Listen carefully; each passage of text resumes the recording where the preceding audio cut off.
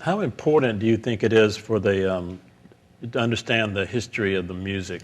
Well, to me, it's very important. My first job in the business was working at an independent distributor, and at that point,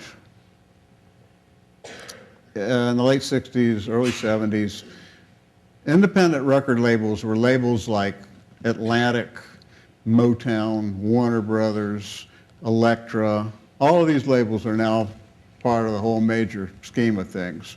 But to me, it was fascinating, and the people that I met knew a whole lot more than I knew about the history of this music, of all the music that I liked, and that is a lot of music.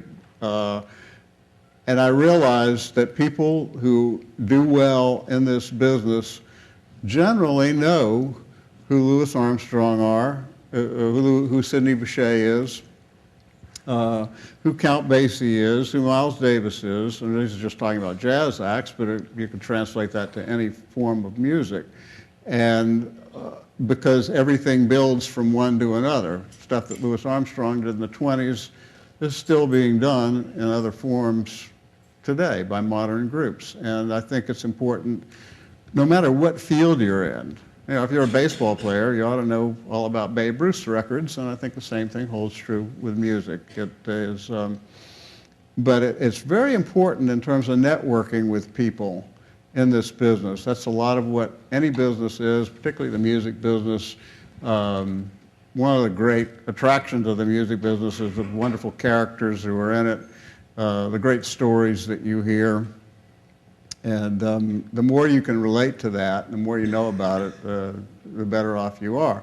And I think that there are certainly innumerable books or articles that are easily gone through to find out that information. And there's just so, one of my artists, a guy named Webb Wilder, always says the past is vast. And it really is. If you're in the music business, no matter how old you are, you ought to still be discovering stuff that's been done in the past that's important to our music.